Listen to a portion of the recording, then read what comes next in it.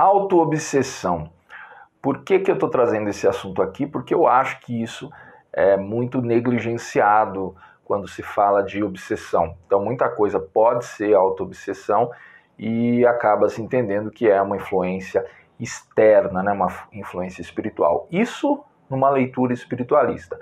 Enquanto isso, lá na Batcaverna, né? Enquanto isso, na psicanálise, nós temos o contrário, achando que tudo é autoobsessão, tudo vem de mim mesmo, enquanto a gente pode ter um agente externo, aí a gente sabe, nós espiritualistas. Eu estou aqui para discutir esse assunto espinhoso e trazer para você um pouquinho da minha conceituação de como que eu entendo a autoobsessão. Vamos lá falar comigo então disso.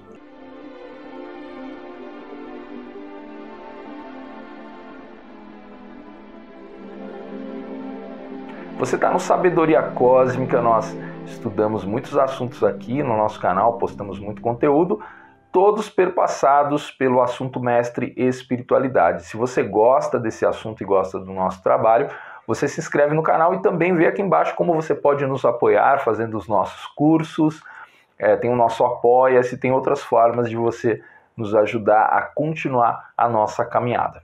Esse assunto que eu vou falar agora, vou dizer para vocês que, para mim, ele é extenso. Não no tempo que eu vou gastar aqui para explicar para vocês, mas tem muitos balões que eu não vou conseguir fechar aqui. É muita coisa para se falar. Então eu vou tentar, eu prometo que eu vou tentar ser o mais sucinto possível para você entender o que eu chamo de autoobsessão e também dar um conselho só, né?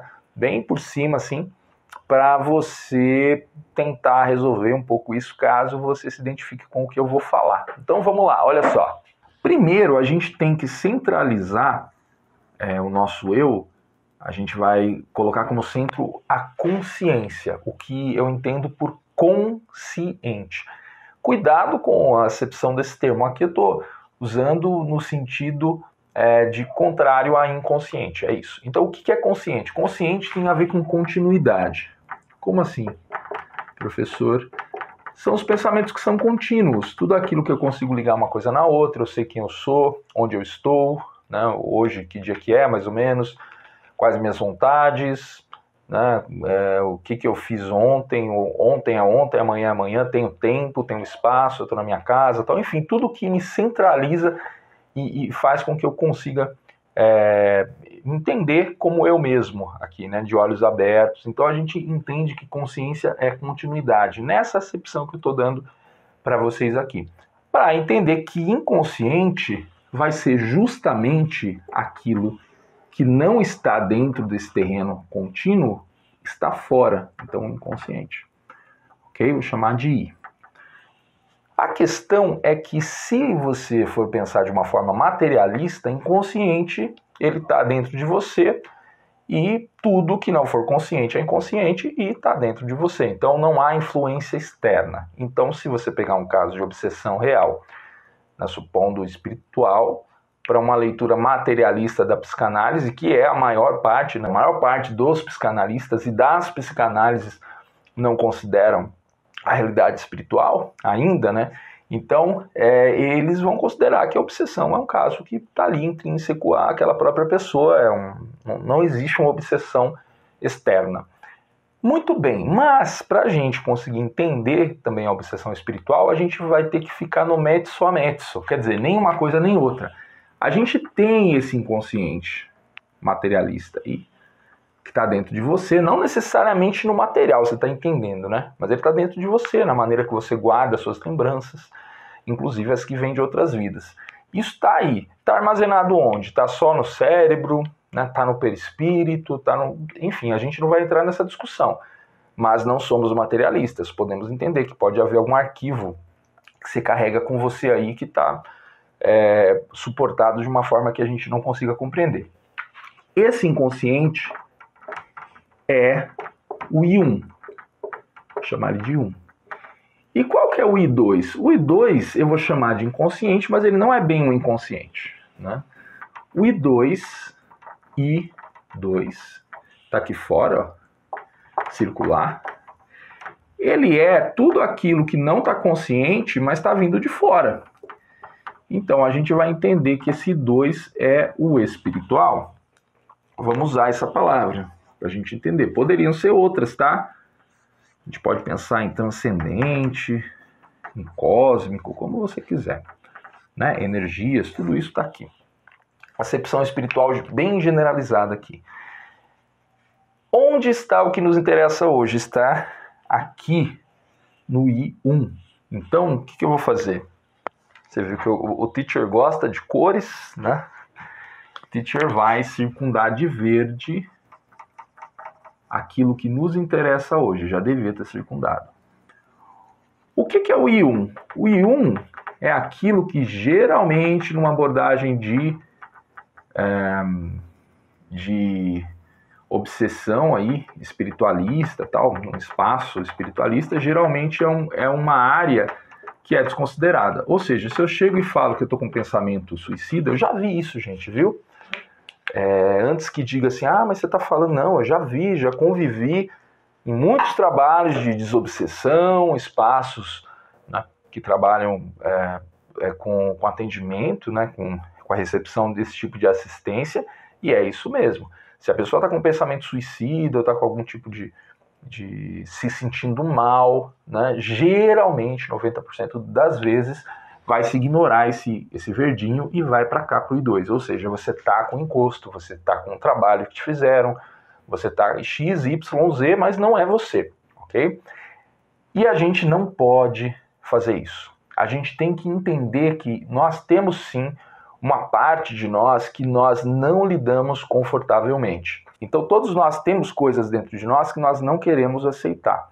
E eu estou falando por um olhar, né? Temos outros olhares aí, nós podemos ter vários tipos de neurose, medos, traumas. Todas essas coisas nós jogamos, né, lá para esse lugar, que não há nem embaixo nem em cima. A gente joga e fica lá vivendo. Pode trazer doença, pode trazer perturbação, e pode trazer ou levar a gente para um momento da vida em que a gente se sente muito mal, começa a ficar com pensamentos ali.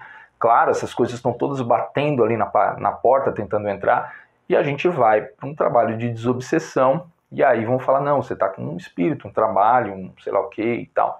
E ignora que nós podemos nos auto-obsidiar. Agora vem a pergunta, né? Se não vem, faça ela. Como saber se é uma auto-obsessão ou uma obsessão? Então nós temos que ficar no mezzo a mezzo, como eu disse, nós não podemos ficar também puxando para um lado só e em detrimento do outro. Para não cometer esse erro, nós temos que começar pensando que se pode ser isso ou isso, primeiro você tem que dar atenção para isso. Ou seja, você de fato é uma pessoa que está buscando resolver os seus fantasmas, você está lidando bem com aquelas coisas que não são confortáveis, aceitando aquilo em você que você tem que mudar, mas tem que aceitar primeiro, né? Resignando-se. Bem, eu já estou entrando no conselho que eu queria dar para você. Então, assim, para a gente falar de obsessão, a gente tem que primeiro tratar disso aqui. Claro que muita terapia pode estar envolvida em dissolver os maiores fantasmas inconscientes, que podem até vir de outras vidas, mas eu vou te dar 3 verbos para você pensar aqui comigo. Olha só. Que é aceitar, né? Bem, eu estou num momento da vida difícil, né? Algumas pessoas não gostam de mim, meu trabalho não tá indo muito bem, tenho um filho problemático, são exemplos, tá? E uma filha problemática, ou meu relacionamento não está indo bem, eu estou infeliz. Você já aceitou o que está acontecendo? Porque aceitar não é concordar, não é? Não é assim, ó, ok, não é. É aceitar que você está vivendo isso. Esse é um primeiro conselho para você começar a dissolver um pouco essa paredezinha aqui, ó, entre a consciência e a inconsciência e enfrentar esses fantasmas. Quando você dissolve, eles vêm para cá, você vai ter que lutar com eles. Sempre na fronteira, né? Brigar com eles aqui, porque daí eles vão se dissolver e você vai entender o que estava lá dentro. Isso se torna consciente, né? Quando vem para a consciência, acabou. Ok? Veio para a consciência, acabou. Essa é a ideia, tá? Você entendeu, você sofre, né? O invejoso que não queria aceitar que é invejoso, a hora que ele aceita, ele sofre. Mas acabou o drama inconsciente. Então ele é invejoso, ele não queria aceitar isso, né? Mas é difícil, né? É muito difícil você aceitar aquilo que você não quer aceitar sobre você, né? Todo mundo tem um pouquinho disso. Aceitar ajuda. 2, perdoar. Muito do que a gente sofre está em não perdoar. Mas aqui, gente, cuidado, eu não estou falando na acepção mais até cristã da palavra, né? Que é aquela coisa do perdão envolto de flores e, né, sai estrelas brilhando. Não é isso. É perdoar de deixar ir aquele sentimento. Então, a pessoa te fez mal, ela vai ter que pagar isso, né, para alguém, mas que isso não seja para o seu prazer. Enquanto a gente tem prazer em que a pessoa pague, olha, eu perdoei ela, mas ela vai ver, ó, né, um dia ela vai pagar e eu estou esperando, então você não perdoou. Não perdoou. Perdoar é desligar. Quem perdoa também ajuda a espantar esses fantasmas. E a outra é acreditar. Acreditar no quê? Em qualquer coisa. Você tem que ter pelo menos uma coisa que você acredite que vale a pena para viver. Pelo menos uma. É o quê? É Deus? São seus filhos? São seus livros? É porque você cuida de alguém que precisa de você? Tem que ter algum motivo. Agora, se você não consegue pensar em motivo nenhum, você tem muitos outros, né, motivos para sofrer a sua própria autoobsessão. Porque estamos aqui com algum sentido. E quem achar que não, estou aí só vivendo, é porque não encontrou um. E é triste isso, né? Não vou julgar. Mas sem um sentido para viver, vai ser muito difícil você ter a sua mente equilibrada, né? E o seu espírito e o seu holocer todo caminhando numa mesma direção. Espero que você tenha aproveitado alguma coisa aqui, entendido pelo menos que existe sim a autoobsessão. São pensamentos que são meus, que estão aqui dentro de mim em algum lugar, pode ser no corpo, no cérebro, no espírito, como você entender na sua maneira de ver aí. E esses pensamentos podem sim interferir e fazer com que a gente tome uma coisa pela outra. Reflita nisso que eu falei com calma para a gente continuar, né, a nossa série. No próximo vídeo a gente vai falar sim de obsessão espiritual e aí o assunto começa a ficar um pouco mais interessante. Você está no Sabedoria Cósmica e daqui a pouco eu tô de volta.